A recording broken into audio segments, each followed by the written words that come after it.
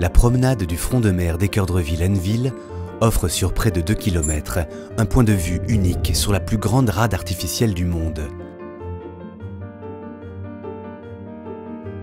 La présence des forts et des digues y accompagne les promeneurs et agit comme un rappel constant de son importance historique et militaire.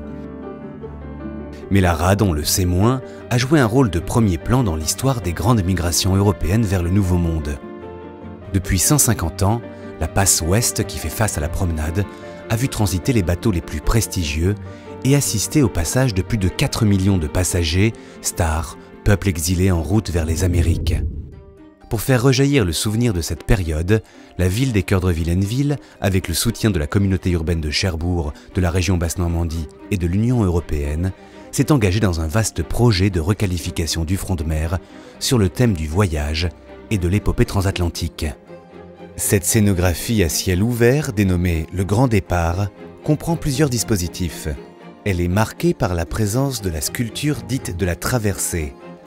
Œuvre de Jean-Bernard Mété, la sculpture monumentale sur laquelle peuvent se lire les contributions d'auteurs célèbres ou anonymes sur le thème du départ est une invitation au voyage où chaque phrase est une ouverture sur le monde. Rêveur d'Amérique, étonnant voyageur. Le Queen Elizabeth appareillé pour New York, le port brillait de tous ses feux. Les plus beaux voyages se font dans l'imaginaire des hommes.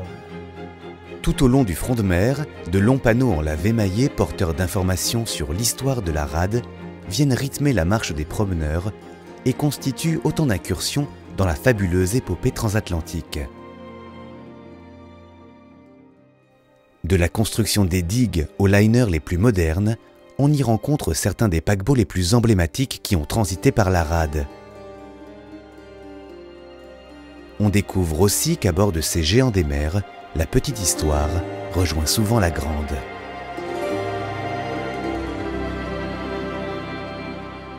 Le Grand Départ, c'est aussi un parcours multimédia. Ce dispositif innovant qui utilise les fonctionnalités des smartphones et des tablettes tactiles va enrichir la promenade de nombreux contenus sonores et visuels.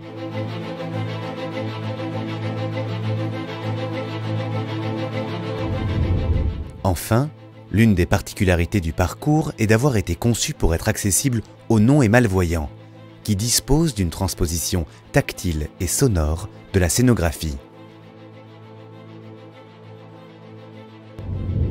Avec le Grand Départ, c'est toute la nostalgie des voyages transatlantiques et les rêves des migrants d'antan qui reprennent forme le long de la promenade littorale.